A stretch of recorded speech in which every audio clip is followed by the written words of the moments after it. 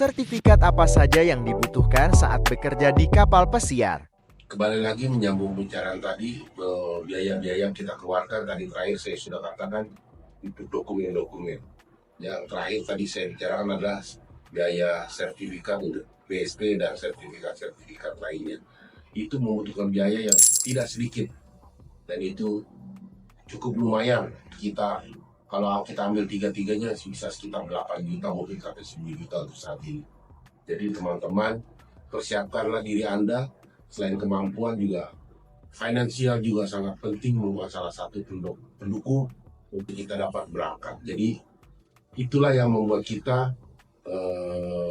kadang-kadang berpikir untuk berangkat ke kapal. Tapi kalau buat saya sudah pasti apa yang kita keluarkan sekarang itu tidak apa-apanya apabila kita sudah bekerja di kapal, dan itu apabila kita pinjam kita bisa lunasi ya dengan waktu yang tidak panjang, mungkin 2 kontrak juga bisa terbayar. 1 kontrak mungkin kita atau 2 bulan kita di kapal, 2 bulan gaji 30-50 juta bisa akan kita lunasi ya.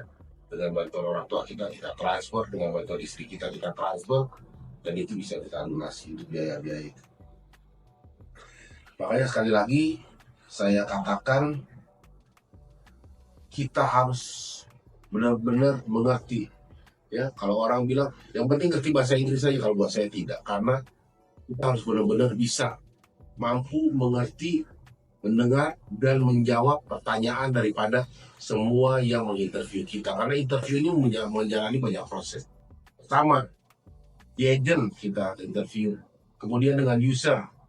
Setelah user kita pembuatan visa. Dari visa kemudian kita juga interview di airport, imigrasi Indonesia, kemudian di imigrasi di Amerika. Ya.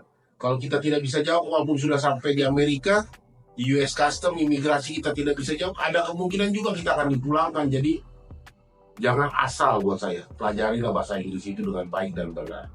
Ya, itu saran saya buat teman-teman. Kemudian apalagi, kita juga apabila itu pendidikan di kami di tempat ini, kita akan lebih mengajarkan bahasa Inggris marine English ya.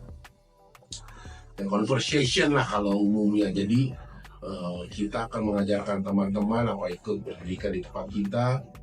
Sini saya akan mengajarkan bahasa sehari-hari yang umum yang akan kita pakai di dalam kapal dan dalam lingkungan yang ada di dalam kapal kita ya.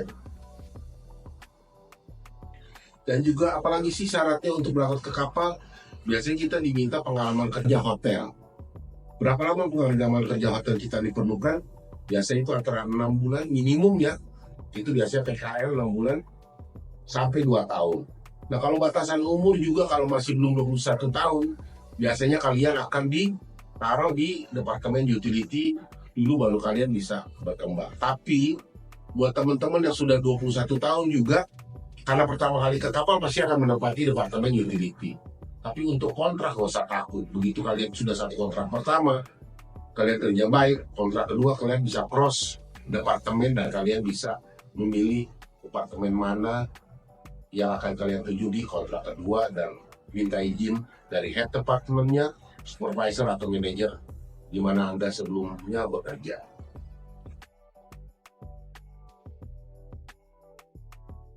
Dilatih, dididik dengan baik ya, di training. Di mana tempatnya? Di LPK, Lembaga Pendidikan Floating Hotel atau kapal pesiar ya. Entry kerja di kapal pesiar itu banyak ya. Jadi semua sesuatunya kita harus mengetahui dulu, bentuk kapal kita, departemen apa, ya, pelajari semuanya, dokumen lengkap, kembali bahasa Inggris, lalu kita berangkat ya. Mempersiapkan diri kita dengan syarat-syarat yang dibutuhkan oleh perusahaan kapal di mana akan kita tuju, juga merupakan syarat mutlak daripada agensi. Nah, biasanya juga kalau kita ke kapal itu selain medical yang umum, medical check up, kita juga ada flu shot. Kita akan di anti flu, biasanya kita akan di suntik. Arti itu kita harus melakukan vaksin anti flu. Dan yang lebih penting lagi, waktu itu saya cruise-nya ada ke Amerika Selatan. Saya masuk ke daerah Kolombia, Panama. Syarat salah satunya adalah kita harus punya yellow fever, ya, vaksinasi yellow fever. Dan ini sekali suntik, vaksin itu bisa berlaku biasanya untuk 10 tahun. Dan itu kita ada bukti kalau kita sudah divaksin, itu akan ditempelkan di buku pelaut kita. Itu juga penting. Nah, untuk oleh itu teman-teman, lengkapilah data-data yang diperlukan dari agent dan syarat untuk berangkat ke kapal. Persiapkanlah itu selengkap mungkin supaya tujuan kita bisa tercapai. Jadi buat saya, teman-teman yang mau berangkat, fisik dan mental itu perlu. Jangan sampai nanti setelah di kapal kita homesick, ya, kita minta pulang, sayang sekali. Jadi dari sekarang saya sarankan buat teman-teman, persiapkanlah fisik, mental, dan finansialnya secukupnya dari sekarang supaya semua dapat berjalan baik dan lancar. Oke, mudah-mudahan apa yang saya sampaikan, yang saya ceritakan kepada teman-teman dapat berguna untuk Anda nanti dapat bekerja di kapal pesiar. Terima kasih.